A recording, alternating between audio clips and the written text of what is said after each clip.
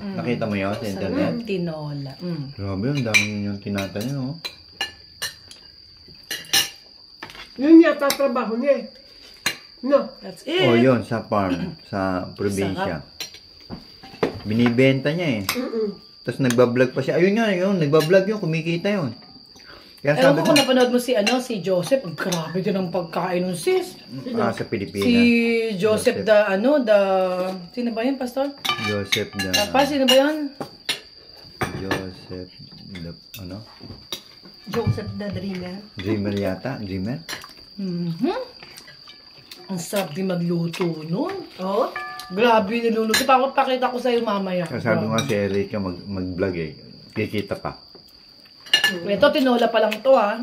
Kasi nagtatanim kayo, tapos nagluluto ka. Kita ka. Yung vlog mo. Tingnan mo si Pacquiao. Favorite din niya ang tinola. Parang ako din. Healthy kasi. Sarap talaga ng tinola. Pag may mga sakit ka, tinola lang. Wala ka nang dapat na hanapin pa. Diba? Sabaw lang. Gamot na. Tapos may bawang. Ang baboy naman, yan, masarap naman ang baboy kapag mga inihaw, mga ganyan. Kumakain ng baboy, di ba? Kumakain din naman ako. Tinola. Kumakain din ako ng baboy. Tinola talaga. Wala talaga. Walang kupas. Pero ang manok ng Japan talaga mahal, no? Oo. No? Alaga. Diba? Alaga. Uy, nila bawal kasi. ma-stress. Grabe. Ang manok. Tsaka ang baboy. Kanila. Hindi nila ini-stress. Kasi papangit daw yung Tsaka ang baboy. papangit daw yung laman. Talagang alaga.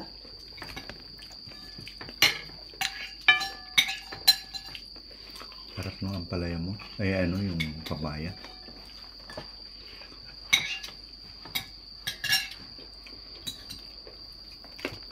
Lalo na yung mga nade-dehydrate, mga ganyan.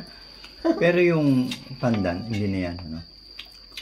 Pampalasa yan, di ba? Alin? Yung ito. Mayroon pang tanglad. Tanglad ba yan? Panin ko rin. Mayroon pang tanglad.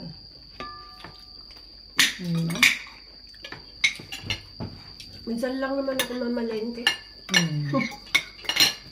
Kasi puro mga gulay. Kasi tanim mo na, di ba?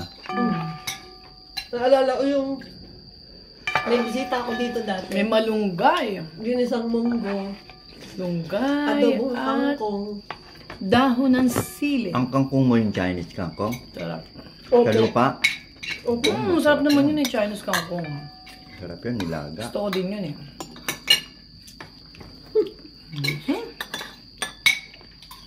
Tapos binataan. Puro gulay ang niluto ko sa kanila. Haba buhay mo. Gustong gusto nila. Sabi ko walang karne ah. Lalo pa Talagang kumain. the best. Lalo pa kumain sa restaurant ng Ay, oo restaurant. naman. Naku, walang Mahal sinabi pa. ang mga...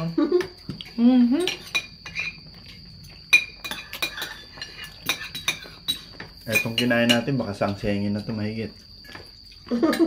Eh kung tatlo tayo. Iba talaga yung pagkain ng bayan. Sarap talaga. Tsaka alam mo na Lutong malinis. bahay, no? Alam mo na malinis. Talaga malinis, diba?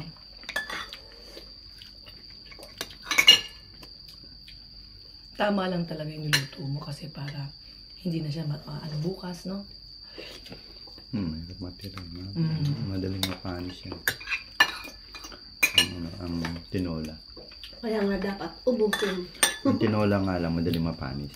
Ito may mga apo ko pag kumain ng gabi, kinabukasan, parang ayaw nyo kainin. Yung pagkain na kinabukasan. Sana yun na, parang Para silang mga hapon na, di ba? Parang ganun. dito lumaki. Pag hindi lang, hindi nila kakainin. Siguro pag talagang walang kakainin siguro, no? Yung mga anak mo, Pinoy style pa rin. Na okay. Kalahati. Pinoy style. Saan sila nakatira ngayon? Mahilig din sila sa pagkain at punabashi. Lapit lang pala. Mahilig din sila sa pagkain. Ano nga kami, food lover. Oo.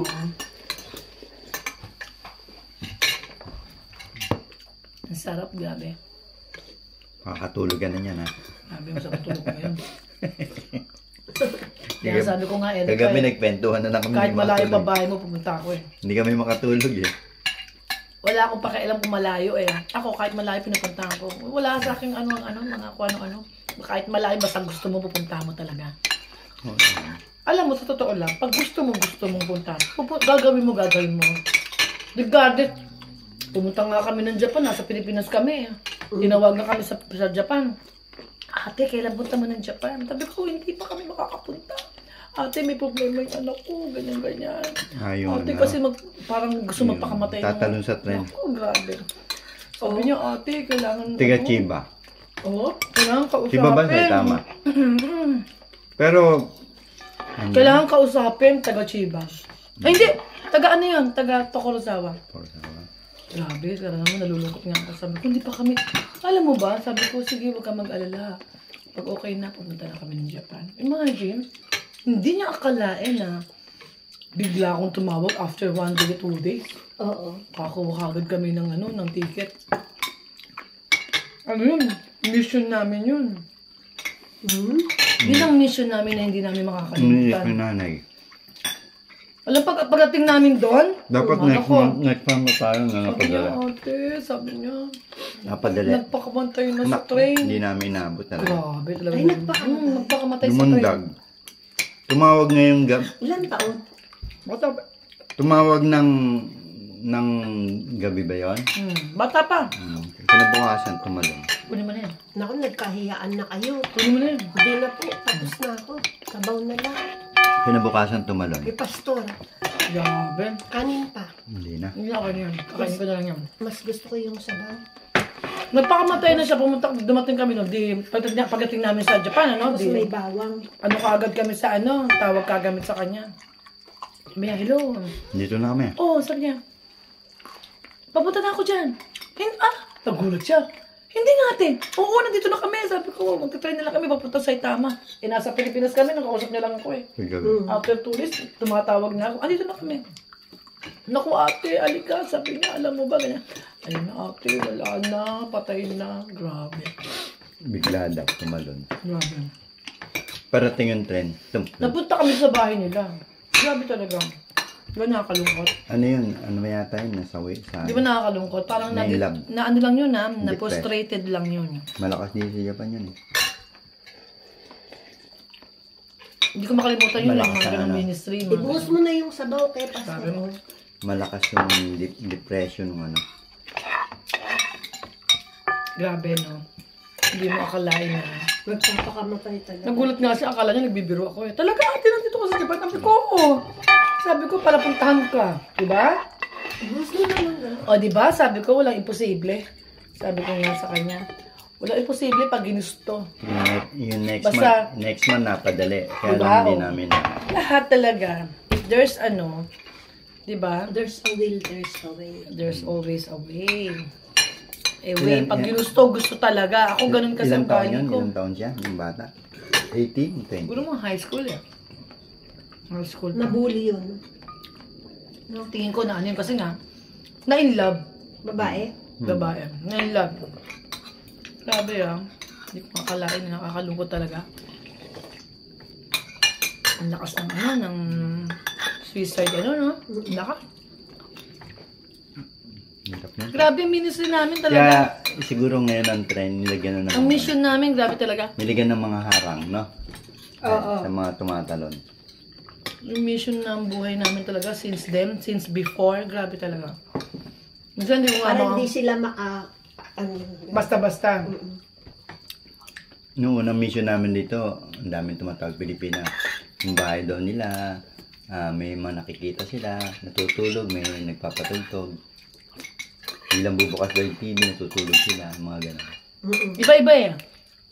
Iba-ibang senaryo. Pero dito pa rin kami. Talagang di pa kami tinapawin Kaya ni wala. Lord. Grabe talaga. Wala. Kasi kami pumapag sa bahay, alam namin. Nararamdaman namin. Dahil doon pinapasok na bahay. Dati. So ngayon, Dito wala. ngayon, Wala. still continue pa rin yung mission. No? Very, Iba na yung aming ano ngayon. Very peaceful. Ngayon, very, Bahay mo. nagbago na yung ano namin ni Pastore. Pero meron din kami mga house to house. Pinag-pray namin to bago ko.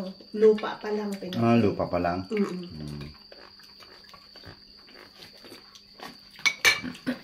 Kaya kailangan talaga ang tao talaga. Talagang dapat talaga makakilala sa Panginoon. Kasi ang ikli ng buhay. No? Grabe. Hindi mo lang kung bukas buhay ka pa. Sa kabila, maganda ang buhay. Matagal. Everyday is a blessing. Ito katulad nito. Ang sarap kumain. Blessing yan, magpasalamat tayo. Kasi buhay pa tayo, kumakain pa tayo na masarap, di ba? Blessing. Kaya kailangan lagi tayo magpasalamat sa Panginoon. Di ba? So, thank you sa dinner, Sister Erica. Napakasarap. God bless you. Wow!